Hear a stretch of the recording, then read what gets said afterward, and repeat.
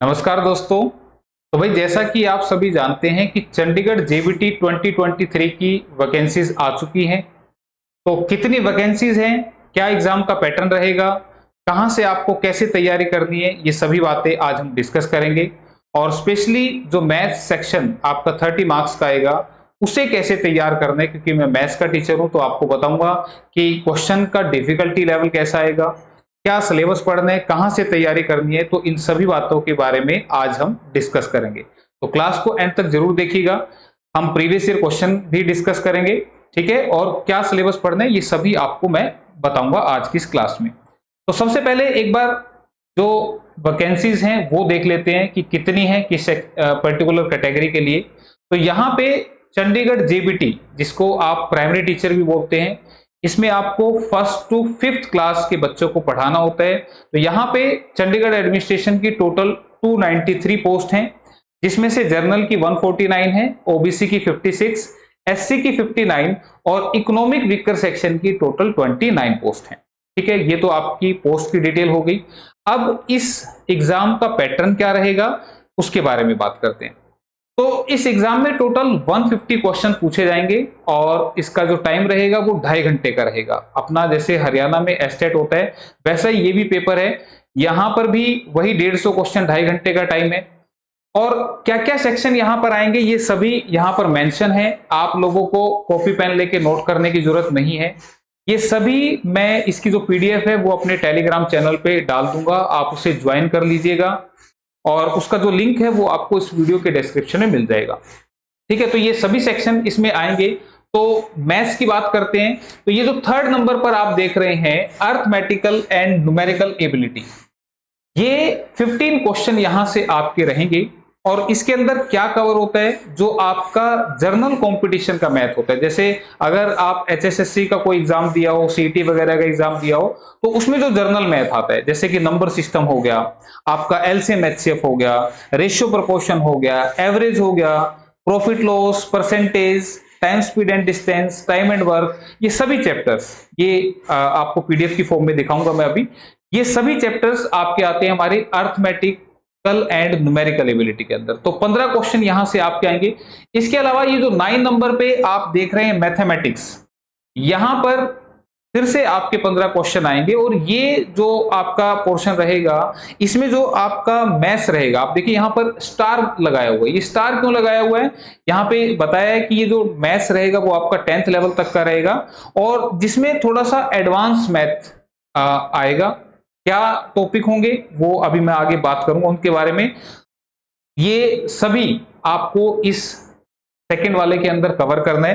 ठीक है, तो टोटल 30 मार्क्स आपका मैथ सेक्शन आता है यहां पर। ठीक है, इसके अलावा जो एग्जाम में आपको क्वालिफाई करना है उसके लिए आपको कितने मार्क्स यहां पर लेने होंगे, यहां पर आपको 40% मार्क्स चाहिए। और ये देखिएगा यहां पे मैंने आपको बता दिया इसके बारे में कि जो डिफिकल्टी लेवल रहेगा वो अप टू 10th स्टैंडर्ड रहेगा। ठीक है, तो 10वीं क्लास तक का मैथ्स आपसे पूछा जाने वाला है। ठीक है, लेकिन इतना आसान नहीं पूछा जाएगा। कभी आप सोचो बिल्कुल इजी इजी क्वेश्चन आएंगे, अभी प्रीवियस ईयर क्वेश्चन डिस्कस करूंगा तो आपको पता लगेगा। इसके अलावा 40% मार्क्स, यानी कि 150 का 40% अगर आप निकालते हैं तो 60 मार्क्स आपको लेने जरूरी हैं इस एग्जाम को क्वालिफाई करने के लिए।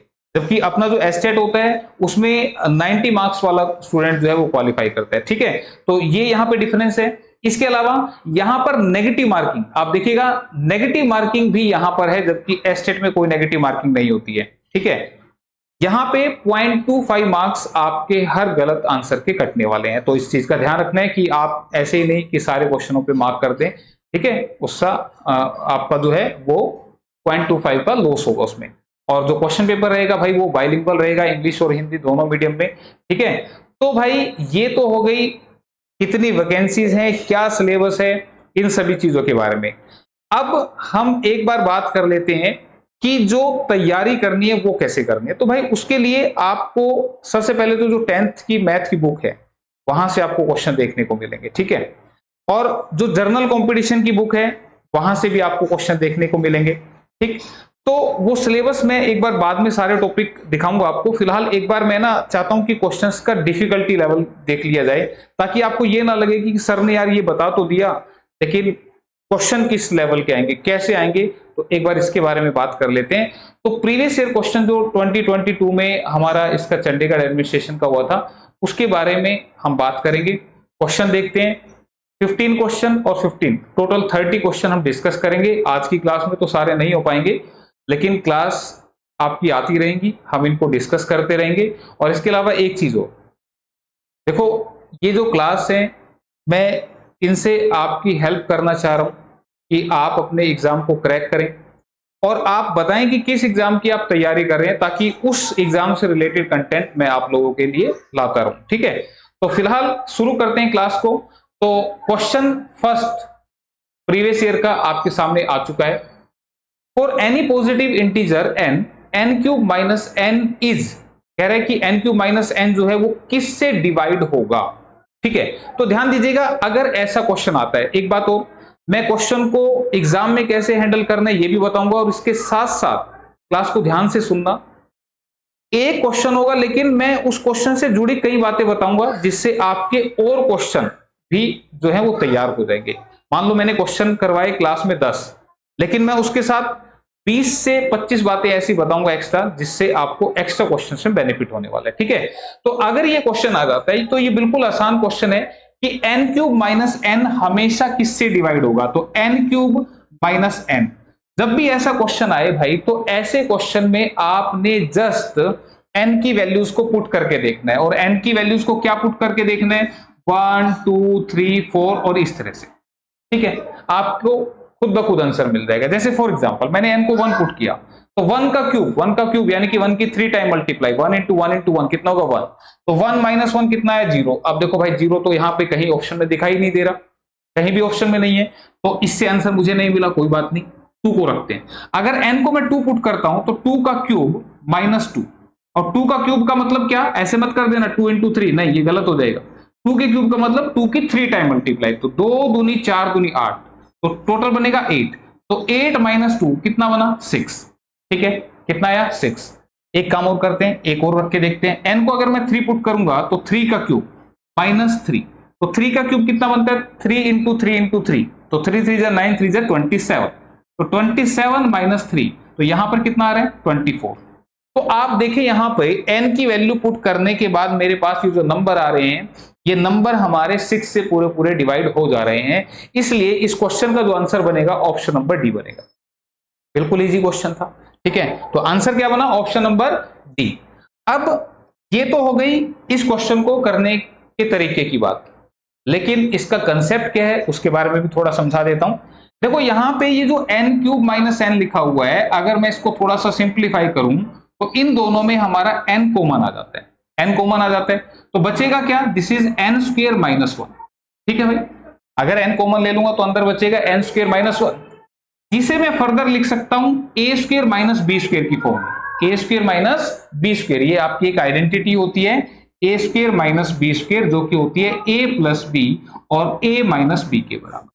ठीक है भाई, इसके बराबर होती है, यानी कि ये जो मेरा फॉर्मूला है इसको मैं लिख सकता हूं n इंटू n प्लस 1 और n माइनस 1।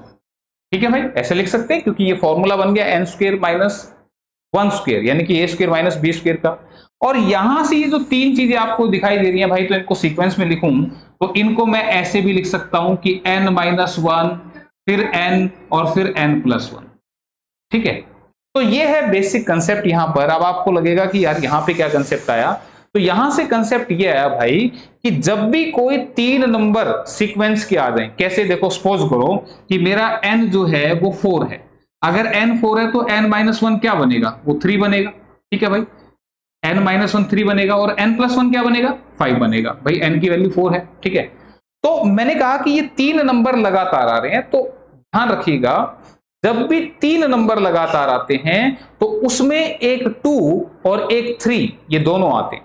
कैसे, आप कहेंगे कि कैसे, देखो आप देखो यहाँ पे 3 आ रहे हैं और 2 कहां से आएगा, देखो 4 के अंदर है 2 इंटू 2, तो 3 और 2 दोनों आ रहे हैं। तो 3 और 2 आने का मतलब क्या कि 3 लगातार नंबर जब भी हमारे आएंगे तो वो हमेशा और हमेशा 6 से डिवाइड होंगे।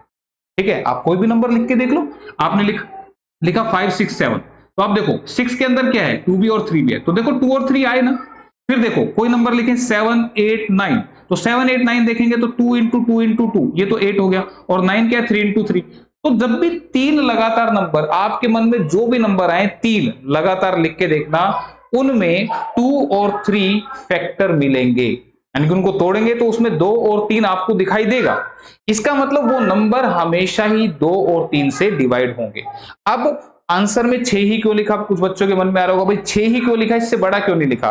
तो आप लगातार के 3 नंबर जब देखेंगे तो सबसे छोटे नंबर 1 2 3 ही बनेंगे, और इनमें जो प्रोडक्ट बन रहा है वो 2 इंटू 3 यानी कि 6 बन रहे हैं, इसलिए इस क्वेश्चन का जो आंसर था वो 6। ठीक है, क्लियर है ये बात। तो आपको ये इतनी राम कहानी नहीं करनी, पर कंसेप्ट आपको मैंने बताया। करना वो है जो मैंने फर्स्ट नंबर पे बताया कि ऐसे क्वेश्चन में जस्ट n की वैल्यू को पुट करेंगे और देखेंगे कि क्या आंसर आ रहा है। ठीक है, तो इसी के साथ फिर अगला क्वेश्चन आपके लिए मैं लगा देता हूं, तो आप इसको कीजिए। तब तक सेकंड क्वेश्चन आपके सामने स्क्रीन पर आ चुका है।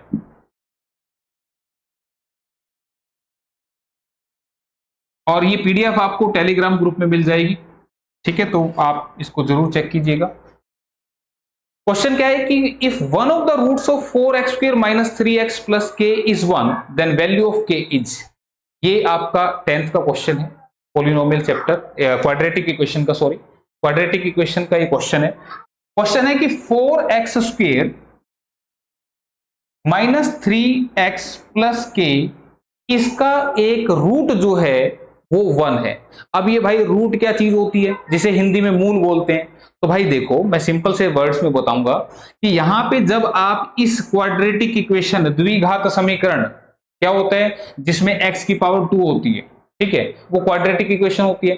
जब भी आप इसको सोल्व करोगे तो यहां से x की 2 वैल्यू मिलेंगी। कितनी वैल्यू मिलेंगी, 2 वैल्यू मिलेंगी। और वो जो x की 2 वैल्यू होंगी वो इस इक्वेशन में रखने से ये इक्वेशन सेटिस्फाई होगी। और सेटिस्फाई होने का मतलब क्या, कि जैसे इक्वेशन में x की वैल्यू रखूंगा इसकी वैल्यू 0 के बराबर आ जाएगी। ठीक है, उसी x की वैल्यू को हम बोलते हैं रूट यानी कि मूल। बात आई समझ में भाई। इसको जैसे मैंने ये लिखा कि भाई 4x इक्वल टू 12, मैंने ये लिख दिया, तो यहां पे x की पावर कितनी है, 1। इसका मतलब जब मैं इसको सोल्व करूंगा तो यहां से x की एक वैल्यू आएगी। देखो जैसे x निकाला तो 12/4 कितना आया, 3। यानी कि x की ये वैल्यू जो है इसको जैसे मैं इसमें रखूंगा तो ये इक्वेशन सेटिस्फाई हो जाएगी। कैसे, देखो जैसे 3 रखोगे इसको तो 4 3 12 आएगा ना। ठीक है, तो यहां पे ये सेटिस्फाई हुई। तो ऐसी मैं कह रहा हूं कि जैसे यहां पे x की वैल्यू को रखोगे तो ये इक्वेशन के अगर वो रूट हैं तो इनको रखने से इसकी वैल्यू क्या आएगी, 0 आएगी। ठीक है भाई, क्लियर है। तो अब ये क्वेश्चन अगर आता है तो आपने करना क्या है, उसने बोला कि इसमें एक जो मूल है, एक जो रूट है वो 1 है, k की वैल्यू आपसे पूछ रहे हैं, तो आपने यहां पे x को 1 करना है। ये मैं समझाने के लिए लिख रहा हूं, तुमने पेपर में नहीं लिखना, तो तुमने सीधा ही देखना है 1 का स्क्वायर यानी कि 4 इंटू 1 का स्क्वायर कितना बनेगा, 4 ही बनेगा। माइनस 3 इंटू 1 कितना बनेगा, 3 बनेगा। और प्लस का k इक्वल टू कितना बनेगा, 0। तो 4 में से 3 गया तो बचा कितना, 1। 1 प्लस k इक्वल टू 0, और k की वैल्यू कितनी आ गई, माइनस k 1। तो ये आंसर आ गया भाई। तो ऑप्शन बी जो है वो आपका आंसर बनेगा। बिल्कुल सिंपल क्वेश्चन। तो ये आपने करने, रूट्स के बारे में पता लग गया होगा आप सभी को। ठीक है, तो नेक्स्ट क्वेश्चन देखिएगा। ये भी आपका 10th का क्वेश्चन है भाई। ठीक है, तो आपको पता लगता रहेगा अब मैं जैसे जैसे बताऊंगा कि क्या पढ़ना है। यहां पे graphically the pair of equation 6x minus 3y plus 10 equal to 0 and 2x minus y plus 9 equal to 0 represent two lines which are, जो क्या होंगी, पैरेलल होंगी, कोइंसिडेंट होंगी, इंटरसेक्ट होंगी एक पॉइंट पे, या एक से intersecting at exactly 1 point. 2 point पे, बी ऑप्शन में लिखा है 2 पॉइंट पे इंटरसेक्ट होंगी या एक पॉइंट पे।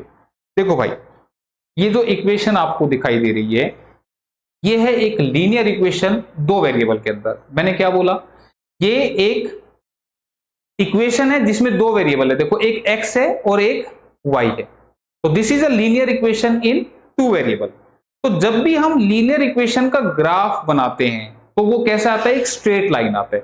ठीक है भाई, यानी कि अगर मैं इन इक्वेशंस का, जो इक्वेशन है मेरे पास यहां पे मैं एक बार लिख देता हूं, जैसे 6x minus 3y plus 10 equals to 0, और सेकेंड इक्वेशन है भाई 2x minus Y 2x minus Y plus 9 equal to 0। तो ये दो इक्वेशन आपके सामने।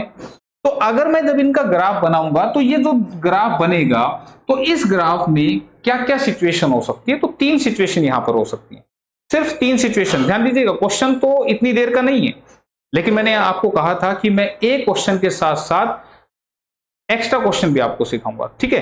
तो यहां पे जब मैं ग्राफ बनाऊंगा तो ग्राफ बनाने पर तीन सिचुएशन यहां पर दिखेंगी। ये मान लो एक्स एक्सिस है, ये वाई एक्सिस है, ठीक है। ये एक काम करते हैं, एक्स एक्सिस वाई एक्सिस ना बना के सीधा दिखा देता हूं कि भाई मैंने अभी तुम्हें बताया कि जैसे ही मैं इसको ग्राफ पे दिखाऊंगा तो ये एक सीधी लाइन बनेगा, तो इससे भी लाइन, इससे भी लाइन, तो ये दो लाइनें कैसी कैसी बन सकती है भाई, ये या तो एक दूसरे को कट करेंगी या ये एक दूसरे के ऊपर नीचे आएंगी, ठीक है। जैसे ये लाइन होगी एक सीधी और एक लाइन इसी के ठीक ऊपर आ जाए, तो मैंने इसको ना थोड़ा सा रेड कलर से दिखाया आपको। अब आपको पता लग रहा होगा एक ब्लैक थी और एक उसके ऊपर मैंने रेड लगा दी, तो इसको बोलते हैं कोइंसिडेंट लाइन, ठीक है। ये वाली कौन सी है, इंटरसेक्टिंग एट वन पॉइंट, केवल एक पॉइंट पे ये एक दूसरे को काट रही है, ठीक है। ये क्या है, कोइंसिडेंट लाइन। कोइंसिडेंट का मतलब एक के ऊपर एक आ जाना। अच्छा मुझे बताओ, ये दो लाइन तो एक पॉइंट पे कट कर रही है, ये कितने पॉइंट पे कट कर रही है, बहुत सारे पॉइंट्स पे। लाइन कब बनी थी, जब point point point point point जुड़ते चले गए, तो एक लाइन के ऊपर दूसरी लाइन आई तो पहली लाइन और दूसरी लाइन के पॉइंट जुड़ते चले गए, तो इसका मतलब इनफाइनाइट पॉइंट जुड़ गए, ठीक है। तो यहां पे इनफाइनाइट पॉइंट एक दूसरे को कट कर रहे हैं। और तीसरी जो सिचुएशन बनेगी जिसमें दोनों जो लाइंस होंगी वो कैसी होंगी, पैरेलल होंगी।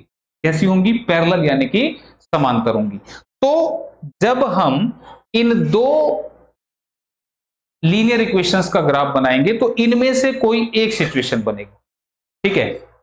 तो अब कौन सी सिचुएशन कब बनती है, ये कैसे पता लगता है, तो अब इसके बारे में बात कर लेते हैं। जर्नल फॉर्मेट जो होता है वो ax plus B Y plus C equals to 0 होता है, ठीक है। तो इस फॉर्मेट को समझाने के लिए मैं यहाँ a1 लिख लेता हूँ, यहाँ b1 लिख लेता हूँ, यहाँ c1 लिख लेता हूँ। यहाँ पे a2x क्योंकि दो इक्वेशन है ना, इसलिए मैंने ऐसा लिख दिया, प्लस c2 इक्वल टू 0, ठीक है। जैसी ये दो इक्वेशन वैसी ये दो इक्वेशन।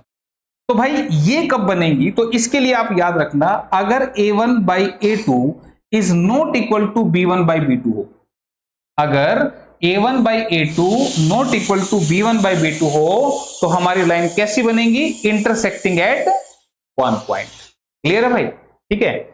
फिर सेकंड सिचुएशन, अगर a1 by a2 equal to b1 by b2 equal to c1 by c2, अरे भाई अगर सब कुछ बराबर है तो इसका मतलब दोनों लाइन भी बराबर हैं, यानी कि एक ही लाइन की बात हो रही है, तो एक के ऊपर एक आ रही है।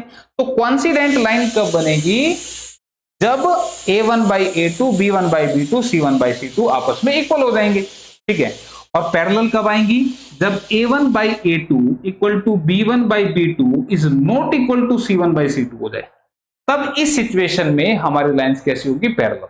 तो देखो क्वेश्चन एक था लेकिन हमने तीन क्वेश्चन सीख लिए इसके साथ साथ, ठीक है। अब देखेंगे कि हमारा आंसर कौन सा है। तो तुम मुझे बताओ भाई, ये है हमारा कौन सा, a1, ये है हमारा a1, ये है a2। तो मुझे बताओ 6/2, 6/2 कितना बनेगा, तो तुमने कहा कि सर जी 3 बनेगा। ये है हमारा b1, ये है हमारा b2। अब तुम कहोगे कि सर जी नीचे तो आपने माइनस को सर्कल कर लिया, तो ध्यान दो भाई, जो y के साथ लिखा हुआ है विद साइन लेना है, तो यहाँ पे क्या लिखा हो -3 और यहाँ क्या लिखा हो माइनस, ये माइनस नहीं है -1 लिखा हुआ है, ठीक है। तो मुझे बताओ माइनस से माइनस कट हो गया और 3/1 कितना होता है, ये भी 3 होगा। तो भाई ये दोनों तो बराबर आ गई, ये बराबर आ गई, लेकिन ये जो पॉइंट है ये 10/9, ये 10/9 ये तो इसके बराबर नहीं आया, तो कौन सी सिचुएशन हुई, तो आप कहेंगे कि सर जी ये तो थर्ड सिचुएशन हुई। तो बस यही आपने चेक करना है। तो इसलिए जो आंसर बनेगा वो कैसा बनेगा, पैरेलल लाइंस। और कैसा, कहां लिखा हुआ है, ऑप्शन नंबर 1 में, ठीक है, यानी कि समांतर। तो ये जो दो लाइन आएंगी इनका ग्राफ जो आएगा वो पैरेलल लाइंस आएंगे, ठीक है। तो ये सारी बातें हमने डिस्कस कर ली हैं इसमें, ठीक है। तो चलो फिर अगले क्वेश्चन की तरफ बढ़ा जाए। चलो नेक्स्ट क्वेश्चन देख लेते हैं। ये लो भाई अगला क्वेश्चन, ठीक है। और करने की कोशिश करनी है आपने, ठीक है। सारे क्वेश्चन डिस्कस करेंगे और ये आगे होगा समझ में, यहां भी 3, यहां भी 3, और ये 10/9 था तो ये 3 के बराबर नहीं था, इसलिए मैंने कहा ये थर्ड सिचुएशन आ रही है, ठीक है, तो ये इतना सिर्फ समझाया आपको। क्वेश्चन कितनी देर का था वो आपने देख ही लिया होगा। ठीक है, अब अगला जो क्वेश्चन है भाई, which constant must be added and subtracted to solve the quadratic equation 9x square plus 3 by 4x minus root 2 equal to 0 by the method of completing the square। ठीक है, ध्यान से सुनना। कह रहा है कि भाई ये एक द्विघात समीकरण है, क्वाड्रेटिक इक्वेशन है। क्या है? 9x square plus 3 by 4x minus root 2 equals to 0।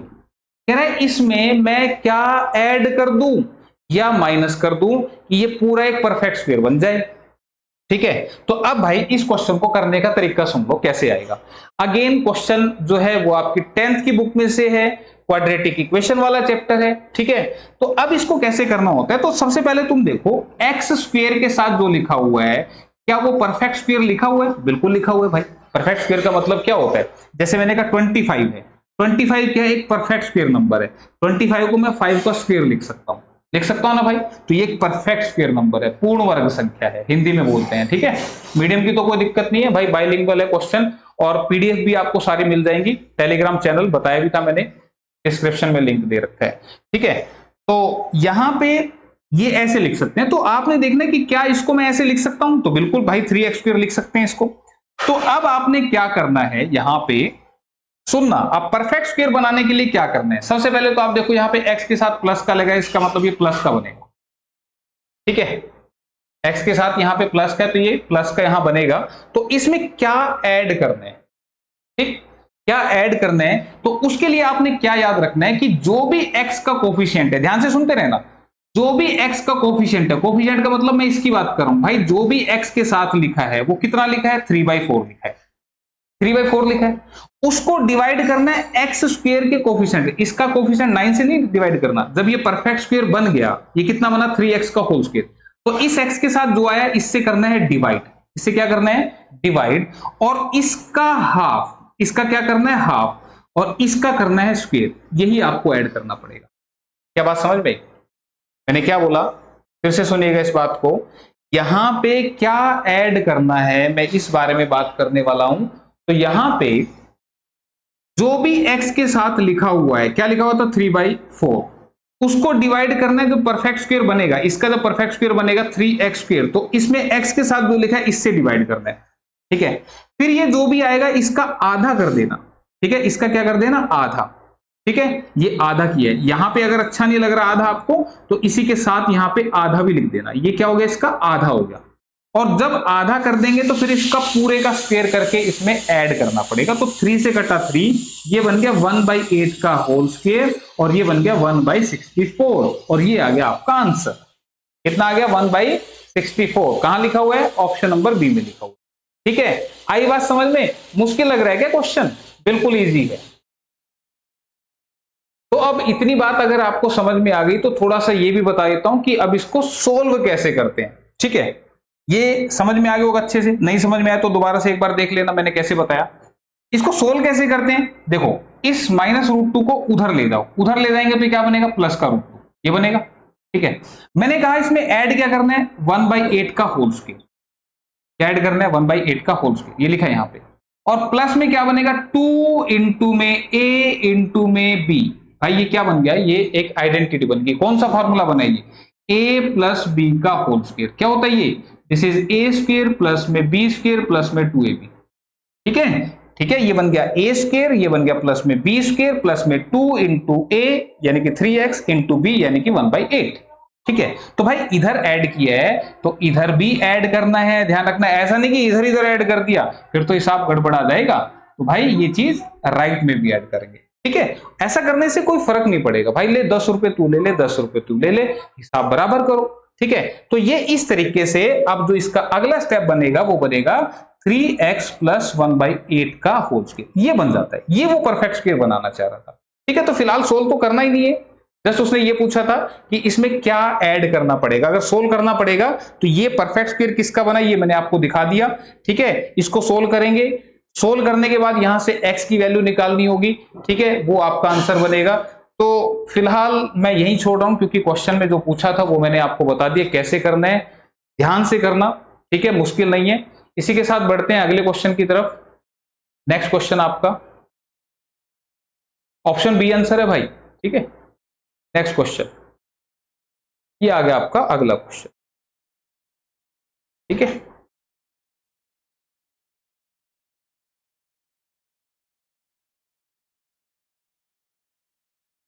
और माइनस का जो फॉर्मूला होता है ना, ये भी बता दूं कि यहाँ पे माइनस वाला फॉर्मूला ऐड ही होगा इसमें, और माइनस कब बनता है फॉर्मूले में, जब यहाँ पे a माइनस बी के होल स्क्वायर में a square plus B square minus 2ab, जब ऐसा आएगा ना, तो जो x के साथ साइन लगा होगा, जैसे अभी पिछले क्वेश्चन में x के साथ जो साइन था वो प्लस का था, ठीक है, तो अगर x के साथ माइनस का लगा होगा तो फॉर्मूला आपका माइनस में बनता है, ठीक है।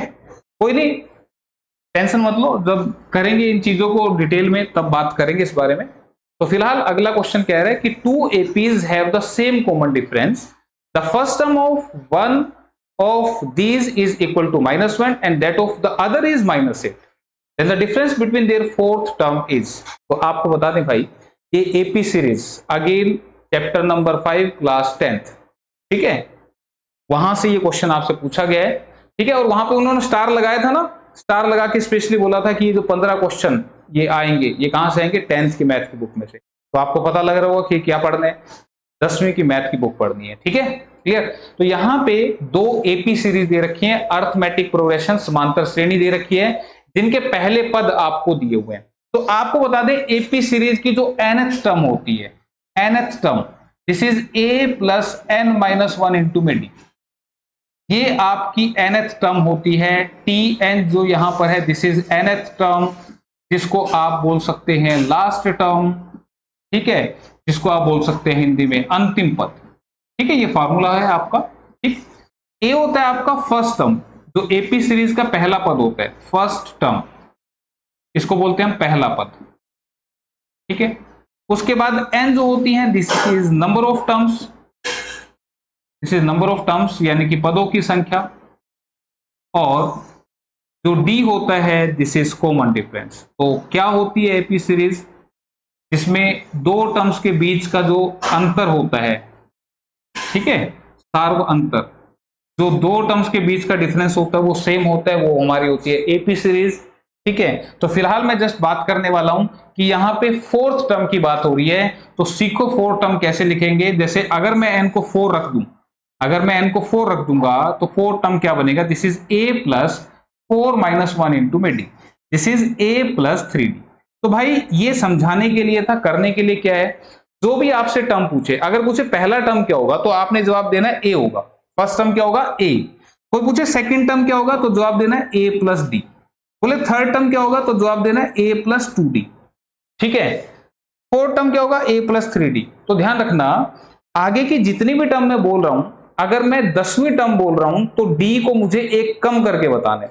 10th टर्म में d कितनी बार आएगा, 9 टाइम, फोर्थ टर्म में d कितनी बार आएगा, 3 टाइम, एक कम हो गया ना, तो a प्लस 3d। और कैसे बना, ये इस फॉर्मूले से बन रहा है, ठीक है।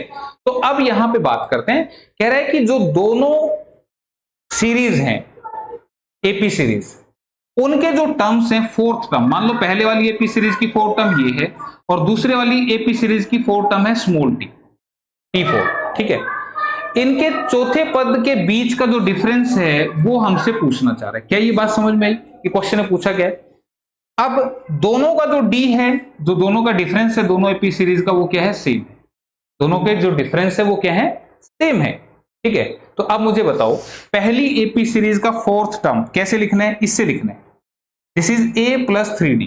तो a प्लस 3d, तो मुझे बताओ a कितना लूं, इसमें तो बोला है साफ साफ कि जो पहला पद है, जो फर्स्ट टर्म है पहली सीरीज का, वो क्या है, -1, तो -1 प्लस 3 इंटू में d। क्या ये बात समझ में आई, -1 प्लस 3 इंटू में d। फिर इसमें से माइनस करना है क्या, इस सीरीज का, सेकेंड सीरीज का फोर्थ टर्म, तो इसका फर्स्ट टर्म क्या है, इसका फर्स्ट टर्म देखो क्या लिखा हुआ है, -8, तो -8 प्लस 3 इंटू में d। क्या ये बात समझ में क्लियर है। देखो इसका फोर्थ टर्म है a प्लस 3d, तो a की वैल्यू दे रखी थी, इसका टर्म है a प्लस 3d, तो इसकी भी टर्म दे रखी, क्लियर है। तो अब इसको जब मैं सोल्व करूंगा तो ध्यान दो, यहां पे मैंने ब्रैकेट क्यों लगाया, ध्यान रखना दोस्तों, अगर यहां माइनस है तो ब्रैकेट लगाना, अगर प्लस होता तो मैं ब्रैकेट नहीं भी लगाता। तो ये माइनस माइनस क्या हो गया, प्लस हो गया। ये प्लस माइनस क्या हो गया, मल्टीप्लाई करके माइनस हो गया। तो ध्यान दो, ये प्लस का 3D और ये माइनस का 3D आपस में कैंसिल हो गया। -1 + 8 कितना बना, 7, और यही आपका आ चुका है आंसर। यानी कि दोनों सीरीज की जो फोर्थ टर्म होगी उनमें जो डिफरेंस होगा वो कितने का होगा, 7 का। ऑप्शन नंबर सी में काले का ये लिखा हुआ है, ठीक है, ऑप्शन नंबर सी में लिखा हुआ है। आगे आंसर समझ में, तो ये कुछ बेसिक सी बात थी, पता लग गई होगी। तो इसी के साथ बढ़ते हैं अगले क्वेश्चन की तरफ। और नेक्स्ट जो क्वेश्चन है आपका वो है ये वाला, ठीक है, ये क्वेश्चन है आपका। तो करें भाई, जो कर सकता वो करें, वो रुके नहीं, ठीक है। कह रहा है D and E are respectively the points on the side A B and A C of triangle ABC such that AD equal to 2 centimetre, BD equal to 3 centimetre, BC 7.5 and DE parallel to BC। The length of DE is. Again question from 10th बुक। क्या कह रहा है, पहले एक बार छाप लेते हैं। कह रहा है कि एक ट्रायंगल है ABC, एक ट्रायंगल है ABC, ठीक है भाई, जिसमें कह रहा है कि एक लाइन है DE, एक लाइन है DE। ये DE जो है ये पैरेलल है किसके, इस BC के। DE जो है वो BC के पैरेलल है। पैरेलल का मतलब इनको जितना मर्जी बढ़ाओ ये कभी मिलेंगी नहीं, ठीक है।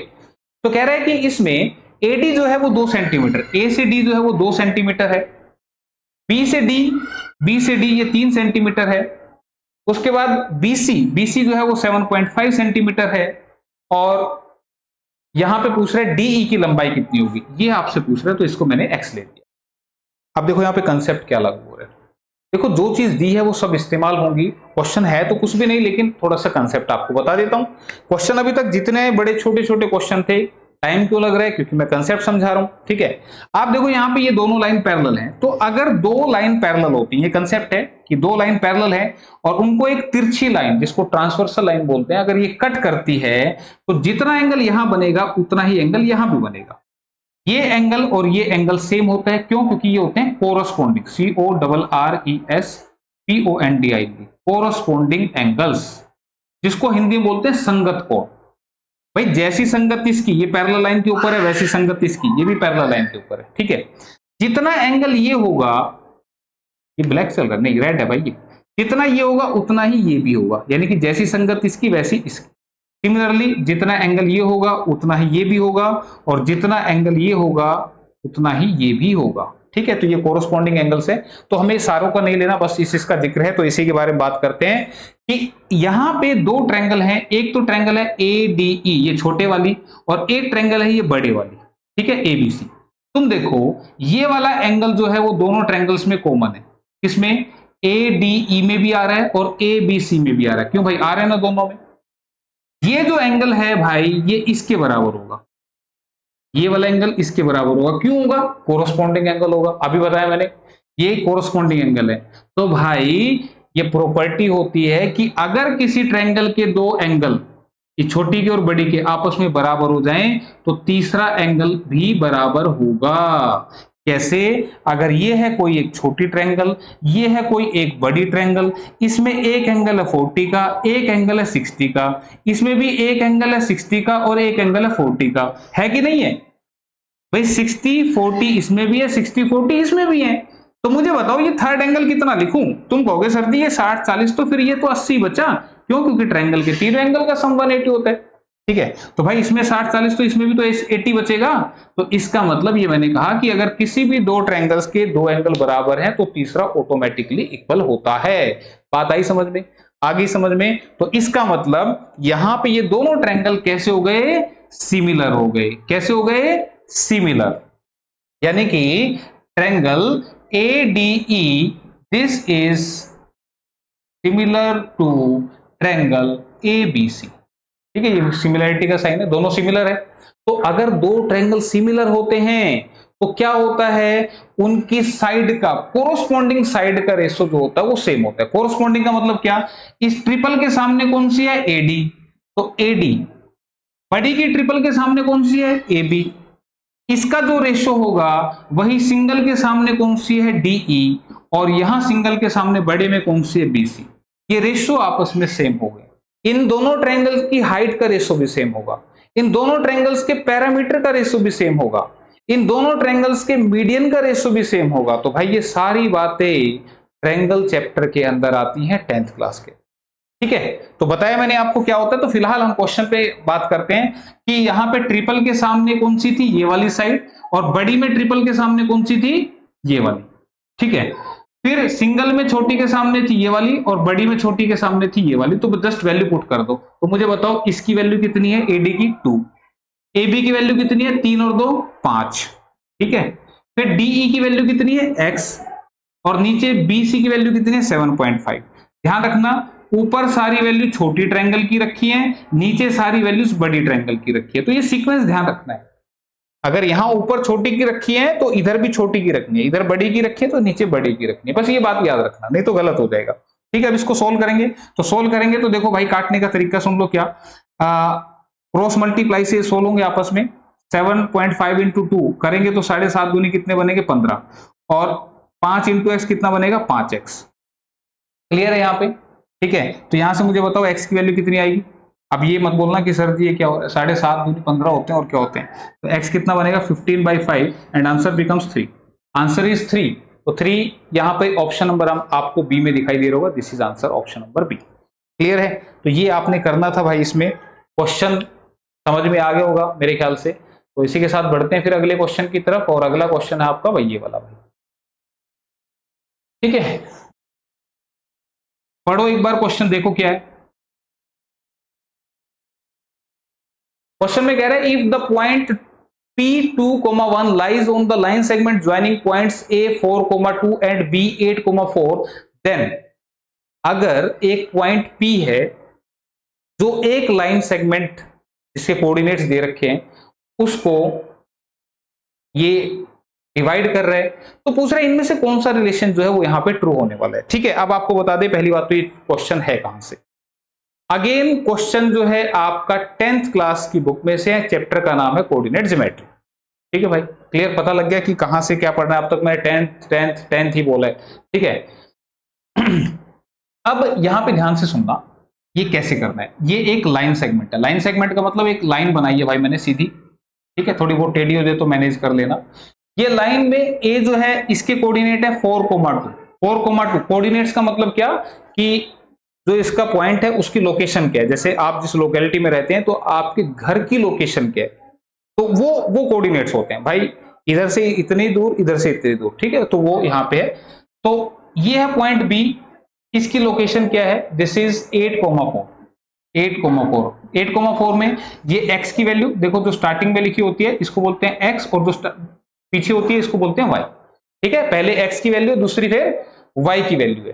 ठीक है, तो यहां पे एक पॉइंट है। अब ध्यान देना, अब पॉइंट इस लाइन सेगमेंट पे है।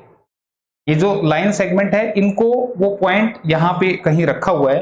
तो अब आपको बता दें वो पॉइंट कहां हो सकता है। एक बच्चे के मन में आया, बोला जी वो पॉइंट यहां हो सकता है, बोला P2,1। ठीक है, तो ध्यान दो वो पॉइंट कहां कहां हो सकता है। मैं एक बार आपको बता दूं, यहां पर 3 सिचुएशन बनती है। पहली सिचुएशन, इन दो पॉइंट्स के बीच में वो कहीं हो सकता है। अब एक बच्चे के मन में आया, बोला जी एग्जैक्ट बीच में भी हो सकता है, बिल्कुल हो सकता है, यही आपकी सेकंड सिचुएशन है। वो थोड़ा सा इधर उधर भी हो सकता है और वो बिल्कुल बीच में भी हो सकता है। ठीक है, तो बिल्कुल बीच में होगा तो वो होगा मिड पॉइंट।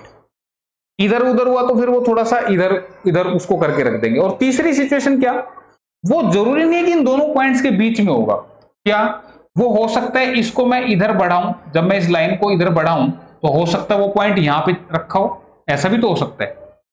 ठीक है, तो इस पॉइंट को बोलते हैं हम, this is external point. External point, अगर वो इन दो पॉइंट्स के बीच में होगा तो उसको बोलेंगे हम इंटरनल पॉइंट। ठीक है, उसको क्या बोलेंगे हम, इंटरनल पॉइंट। ठीक है भाई, अगर वो इस लाइन पे जो इधर बढ़ाऊं इधर भी हो सकता है वो। ठीक है, इधर बढ़ाऊं तो इधर भी हो सकता है। तो इंटरनल भी हो सकता है, एक्सटर्नल भी हो सकता है। ठीक है, तो इंटरनल का मतलब समझ गए होंगे और एक्सटर्नल का मतलब समझ गए होंगे। तो वो जो पॉइंट है उसके कोऑर्डिनेट्स क्या होंगे। तो मान लो वो पॉइंट जो है वो मैंने मान दिया P ऑफ XY। ये मैंने क्या मान दिया, P ऑफ XY। हालांकि इतनी देर का नहीं है, लेकिन मैं सिखाना चाह रहा हूं तुम्हें कि करना क्या होता है इसमें। कि इस पॉइंट का, ये पॉइंट है आपका 2,1, ठीक है। तो इस पॉइंट में अब इसको सोल्व करने के लिए मैं यहां पे कुछ फॉर्मूले लिख रहा हूं, उनको याद कर लेना।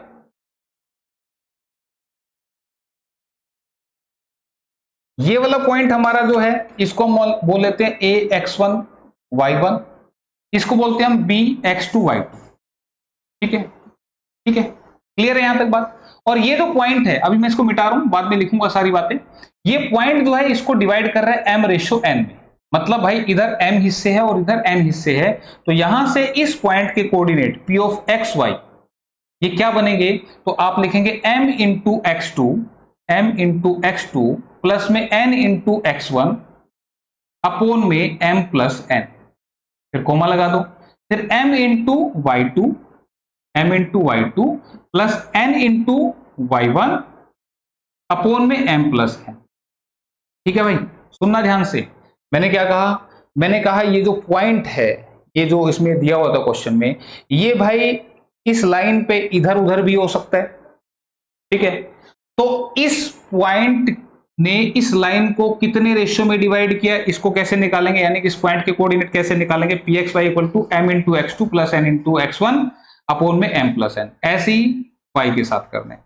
ये कब, जब पॉइंट इंटरनल हो, इंटरनल कहीं पर भी हो।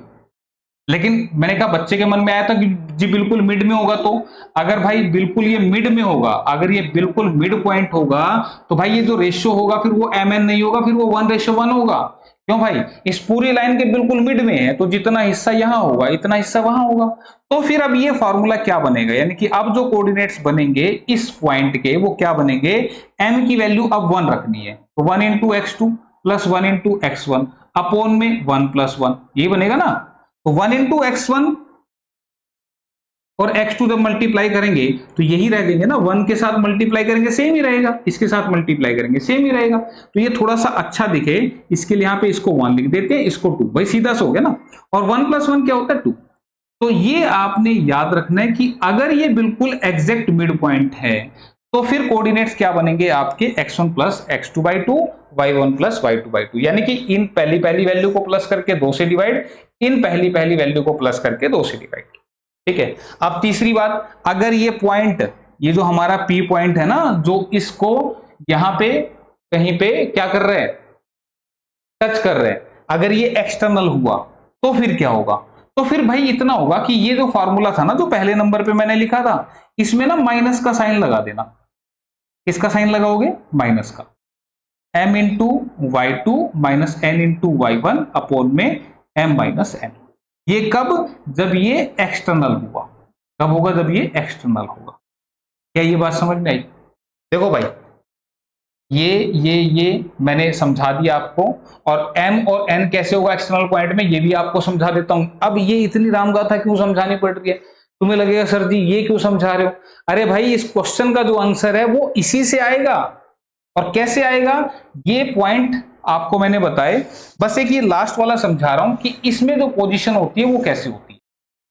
तो इसमें जो रेशो होता है, इसमें जो m और n का रेशो होगा वो कैसे होगा, इस पॉइंट से, कौन से पॉइंट से, इस A से, इससे यहां तक की दूरी ये होगी m, और इस पॉइंट से इस दूसरे पॉइंट तक की दूरी होगी n, ठीक है। ये पॉइंट कौन सा था, P। अगर ये हमारा पॉइंट यहां पे बीच में ना होके कहीं बाहर निकल गया, तो इसकी जो पोजीशन होगी वो कैसी होगी, यहां से इस पॉइंट तक आना है ये m हो गया, और यहां से इस दूसरे पॉइंट तक जाना है ये आपका n हो गया। तो ये m/n आपको दे रखा होगा। बात आ रही है समझ में, ठीक है। अब एक काम करते हैं, क्वेश्चन सोल्व करते हैं, फॉर्मूले आप नोट कर लेना, ठीक है। मैं फिलहाल एक बार क्वेश्चन सोल्व करता हूं और फिर आपको समझाता हूं कि इस क्वेश्चन का आंसर कैसे बनाना है। तो अब देखो, ये A है, ये B है, ये इसके कोऑर्डिनेट 4 2 है, और इसका जो पॉइंट दे रखा है P उसके कोऑर्डिनेट है 2 1। तो मैंने यहां पे ले लिया। अब मुझे थोड़ी पता ये अंदर है कि बाहर है कि कहां होगा, मुझे नहीं पता, मैंने अपना अंदाजे से यहां पे 2 1 लिख दिया, ठीक है, AP 2 1 लिख दिया। अब ध्यान दो, यहां से ये किस रेशियो में डिवाइड कर रहा है, उसको हमने मानना है K/1। अब आप कहोगे सर जी आप क्या करवा रहे हो, पहले तो आप यहाँ पे m/n लिख रहे थे, अब यहाँ पे K/1 लिख रहे हो। तो भाई आपको बता दें, जब रेशियो निकालना होता है तो आप ऐसे भी निकाल सकते हैं, आंसर इससे भी आ जाएगा, लेकिन इससे आसान आंसर k/1 से आएगा। ठीक है, जो बच्चा इससे करना चाह रहा है मैं बता देता हूं वो क्या लिखेगा, m इंटू 8 प्लस में n इंटू 4 अपोन में m plus n equals to क्या लिखेगा। ध्यान दो, जब ये फॉर्मूला लगाया था तो किसके कोऑर्डिनेट मिलेंगे, p के, और ये है p, इसमें x क्या मिलेगा 2, यानी कि इसकी वैल्यू आएगी 2। बात आई समझ में। जो बच्चा m और n का इस्तेमाल करेगा वो ऐसे करेगा, फिर यहां से m और n का रेशियो आएगा। ठीक, तो ये थोड़ा सा ना कॉम्प्लिकेटेड पड़ता है। मैं मानता हूं मैंने यहाँ पे m और n से बताया, लेकिन आप याद रखना अगर कोई पॉइंट इस लाइन सेगमेंट को किसी रेशियो में डिवाइड कर रहा है तो किस रेशियो में डिवाइड कर रहा है ये कैसे पता लगेगा, उसके लिए आप यहां पे m/n की बजाय क्या लिखना, k/1, कि भाई हमने मान लिया कि ये पॉइंट इसको k/1 में डिवाइड कर रहा है, मतलब k इससे इधर रह गया, एक हिस्सा इधर रह गया। ठीक है, तो अब फिर से लिखो ऐसे, फॉर्मूला कैसे कह रहा था भाई, k की मल्टीप्लाई करो 8 से तो कितना बनेगा 8k, फिर 1 की मल्टीप्लाई करो 4 से तो कितना बनेगा प्लस का 4, ये लिखा है ना यहाँ पे भाई, इसकी मल्टीप्लाई होगी इससे, इसकी मल्टीप्लाई होगी इससे, और अपोन में आएगा इन दोनों का टोटल विच इज k+1, और जैसी मैं ऐसे करूंगा तो इसका p का फर्स्ट पॉइंट मिलेगा विच इज 2, फर्स्ट पॉइंट कितना मिलेगा 2। तो यहां से अब इसको सोल्व करो तो ये क्रॉस मल्टीप्लाई करेंगे तो 8k + 4 equal to 2k plus में 2। ठीक है, ये 2k इधर आएगा तो कितना बनेगा 6k, ये 4 उधर जाएगा तो कितना बनेगा माइनस का, तो यहां से 6k इक्वल टू -k2 और k की वैल्यू आ गई -2/6, और ये कितना आ गया -1/3, k की वैल्यू क्या आ गई -1/3। तो भाई k की वैल्यू अगर -1/3 आ गई तो मुझे बताओ अब ये जो रेशियो था मेरा, ये रेशियो क्या बन गया, k की वैल्यू है -1/3, ये है रेशियो में 1। ठीक है, इसी को मैं लिखूंगा -1 और क्रॉस में मल्टीप्लाई करूंगा तो ये बनेगा -1/3। ठीक है, क्या बन गया -1/3। तो अब ध्यान दो, बोला यार ये रेशियो में तो माइनस का निशान आ गया, यहां पे तो ये प्लस में लिखे हुए हैं यहां पे, तो आपको मैं यहां बताना चाह रहा हूं कि अगर ये रेशियो नेगेटिव आ गया तो इससे मुझे एक बात पता लगी क्या, कि ये जो पॉइंट है, ये जो P पॉइंट है वो अंदर नहीं है, वो कहीं बाहर है। वो कहां पे लाई करते हैं, वो बाहर लाई करते हैं। ठीक है, बात समझ में आ रही है। तो ये अगर पॉजिटिव आता तो फिर इसके अंदर लाई करता। ठीक है, अगर ये पॉजिटिव आता, सुनो अब पॉजिटिव आता, मान लो ये रेशियो ऐसा आता 1/3, तो इसका मतलब ये हुआ कि इस पॉइंट ने इस लाइन को 1/3 में डिवाइड कर दिया, यानी कि A से P तक है 1 और P से B तक है 3। बात आ रही समझ में, A से P तक कितना है 1 और P से B कितना तक है 3, अगर ये पॉजिटिव आता। लेकिन ये तो माइनस का आ गया भाई, ये कैसा आ गया, माइनस का आ गया। तो अब क्वेश्चन कैसा बना, तो अब मैं इसको देखो भाई, क्वेश्चन इतना आसान नहीं दे रखा। कभी तुम सोचोगे भाई हल्का फुल्का मैथ आएगा, ऊपर ऊपर से पढ़ जाएंगे पास हो जाएंगे, नहीं होगा। एक बात बता दूं, अपने एस्टेट में तो बिल्कुल बच्चों वाले क्वेश्चन पूछते हैं, इसको बोलते हैं लेवल, ऐसे पूछते हैं क्वेश्चन। ठीक है, हिला के रख देंगे तुम्हें। 10th लेवल तक का मैथ नहीं पढ़ा तो चौकन्ने हो जाओ, इतना आसान नहीं है नौकरी। ठीक है, अपने हरियाणा की कुछ और बात है, इसलिए हरियाणा वाले नौकरी नहीं देते, चंडीगढ़ वालों ने दी है तो चुन चुन के लेंगे। ठीक है, इसलिए कह रहा हूं कि सही चुना जाना है तो इसलिए ये सारी चीजें करनी पड़ेंगी। और देखो चीजें बीच में से समझाना एक टीचर के लिए भी थोड़ा मुश्किल होता है, पर मैं जब पढ़ाता हूं तो अपने पूरे एफर्ट डालता हूं कि सो दैट कि मैं आपके दिमाग में उस चीज को घुसा दूं। ठीक है, कोशिश तो ये रहती है, हो सकता है क्लास भी लंबी हो जाए, और मैं तो बीच में ये भी नहीं बोलता कि लाइक शेयर सब्सक्राइब करो। अरे भाई तुम्हें पढ़ना है, अच्छा लग रहा है मेरे एफर्ट तो देखो, ठीक है, अपने दोस्तों को शेयर करो, लेकिन सच्चाई को भी जानो। ठीक है, तो इसलिए मैं ये चीज दिखा रहा हूं। ठीक है, तो फिलहाल यहाँ पे ये पॉइंट, ये अगर माइनस में आया तो इसका मतलब जो P पॉइंट है वो कहीं एक्सटर्नली कट कर रहा है, तो ये पॉइंट यहां पर नहीं है, ये बात तो श्योर होगी, ये पॉइंट यहां पर नहीं है। तो ये पॉइंट है कहां पर, ये पॉइंट है कहीं बाहर, तो इसको मैं अभी बना के दिखाता हूं। दिस इज -1 3, तो ध्यान दो -1, इसका मतलब ये यहां तक, ये जो पॉइंट है ये बाहर निकल गया, ये पॉइंट जो है ये यहां निकल गया। ठीक है, तो यहां से यहां तक ये रास्ता है कितना 1। ठीक है, ये रास्ता है 1, और यहां से यहां तक ये रास्ता है कितना 3। ध्यान दो, ध्यान से सुनना, ये बात यही है खास पॉइंट, अगर जिसके ये भेजे में आ गया तो आंसर कर पाएगा, नहीं तो होगा ही नहीं। मैंने क्या बोला, -1/3, यानी कि यहां से यहां तक इस पहले पॉइंट से P तक जाऊंगा तो मुझे -1 पीछे आना पड़ेगा। कितना आना पड़ेगा? -1 पीछे। तो -1 क्या रिप्रेजेंट कर रहा है कि ये बाहर है, इसलिए इस माइनस को मैं अब हटा रहा हूं। पता लगा? माइनस क्या बता रहा है कि ये बाहर है, तो ये पोर्शन हो गया 1। तो इससे यहां आ गया। अब इस पॉइंट से उस दूसरे पॉइंट तक जाओ तो कितना चलना पड़ेगा? 3 चलना पड़ेगा, यानी कि यहां से यहां तक ये कितना है? 3। तो अब मुझे तुम इतनी सी बात बता दो, क्या कि भाई ये अगर 3 था तो यहां से यहां तक ये कितना होगा? ये 2 नहीं होगा? ये 2 होगा कि नहीं होगा? अरे ये 2, ये 1, ये टोटल 3 हो तो गया, हो गया ना? तो बस अब फाइनल आंसर लिखना है। और आंसर क्या बना यहां से कि अब आंसर देखो, आंसर कैसे कैसे लिखे हुए। आंसर फर्स्ट लिखा है AP is equal to 1/3 AB। बोला जो AP है वो 1/3 है किसका? AB का। क्यों भाई 1/3 कैसे होगा इसका? यानी कि फर्स्ट ऑप्शन तो गलत है। 2 किस में लिख रहा है? डी ऑप्शन में लिख रहा है। डी ऑप्शन देखो क्या लिख रहा है, AP equals to 1/2 of AB। तुम मुझे बताओ भाई AB कितनी है? 2 है। इस 2 का 1/2 करोगे तो क्या 1 आएगा? बिल्कुल आएगा। तो फिर आंसर कौन सा बना? ऑप्शन नंबर डी का। क्लियर है भाई? देखो क्वेश्चन थोड़ा सा अच्छा था, ये मत सोचना कि सर ने ज्यादा टाइम ले लिया। काफी सारी बातें समझानी थी, फॉर्मूला बताना था, कैसे लगता है ये सब कुछ बताना था। माइनस है तो कहां होगा, मिड में होगा तो क्या होगा, ठीक है? तो ये सारी बातें समझानी थी। तो इसलिए जो क्वेश्चन का आंसर बनेगा वो ऑप्शन डी बनेगा कि एपी जो है, यानी कि ये जो पोर्शन है ये इसका आधा है। भाई 2 का आधा करेंगे तो 1। अब ये मत बोलना कि सर जी तो 3 था। अरे 3 पूरा था भाई, ये तो 2 है। ठीक है, तो आंसर जो बनेगा ऑप्शन डी बनेगा इस क्वेश्चन। ठीक, तो फिलहाल मेरे ख्याल से मैं क्लास को यहीं खत्म कर रहा हूं, क्योंकि आ, अगली क्लास भी तो बना दी है ना फिर। तो एक काम हो, सिलेबस एक बार बता देता हूं। सिलेबस बता दें? चलो बता देते हैं, अगली क्लास में फिर बता देंगे सिलेबस।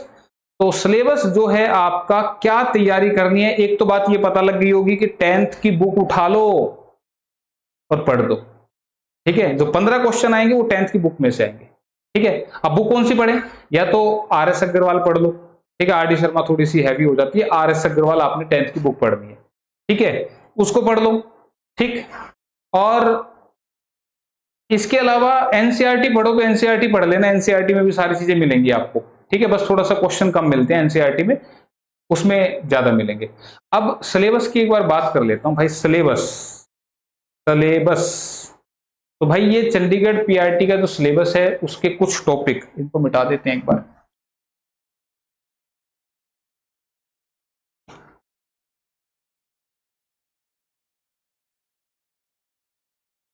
एक मिनट भाई, सिलेबस थोड़ा सा प्रॉपर तरीके से लगा दें एक बार। एक बार भाई सिलेबस जो है वो लगा देते हैं।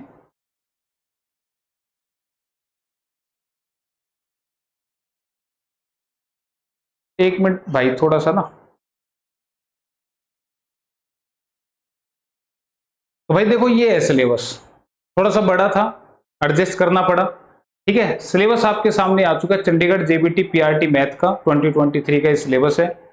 टोटल यहाँ पे 30 टॉपिक है, जिसमें से बीच में से एक टॉपिक मैंने काट दिया, किसी बुक में थे ये तो मैंने सारे वहां पे ले लिए। तो यहाँ पे आपको बता दें, जो 18 तक हैं स्टैटिस्टिक्स तक, वो आपका जर्नल कंपटीशन के टॉपिक हैं। स्टैटिस्टिक्स जिसमें मीन मोड मीडियन आते हैं। ठीक है, तो 18 तक जो टॉपिक हैं ये आपके जर्नल है। और उसके बाद ये जो सारे आपको दिखाई दे रहे हैं, ये algebra, linear equation, one variable, quadratic equation, ठीक है, ये सारे आपके 10th के टॉपिक हैं। ठीक है, एसएससी की तैयारी करेंगे तो उसमें भी आपको बता दें, एसएससी का मैथ पढ़ना पड़ेगा आपको बेसिकली, क्योंकि एसएससी में ये सारा सिलेबस आता है। जो आप एसएससी की तैयारी करते हैं स्टाफ सिलेक्शन कमीशन की, तो उसमें ये सारा सिलेबस आता है, तो वो आपको तैयार करना पड़ेगा। ठीक है, तो आप किसी एसएससी की बुक को भी फॉलो कर सकते हैं। ठीक है, लेकिन ज्यादा सटीक, ज्यादा फायदा रहेगा अगर आप 10th की एनसीईआरटी या आरडी शर्मा फॉलो करें। इसके अलावा जो बेसिक जो टॉपिक हैं, जो शुरुआत के हैं, टाइम एंड वर्क, इनके आप एसएससी की बुक फॉलो कर सकते हो। ठीक है, तो ये आपने करना है। ठीक, बाकी क्लास हम कोशिश करेंगे आपकी रेगुलर लेके आए। ठीक है, तो ये पीडीएफ आपको टेलीग्राम चैनल पे मिल जाएगी भाई, वहां शेयर कर दूंगा। तो फिलहाल आज इतना ही करते हैं, अगली क्लास में बाकी के बच्चे क्वेश्चन कराऊंगा। ठीक है, तो फिर कैसे लगी वीडियो कमेंट करके जरूर बताना। मिलते हैं अगली क्लास में। Thank you, bye bye, take care.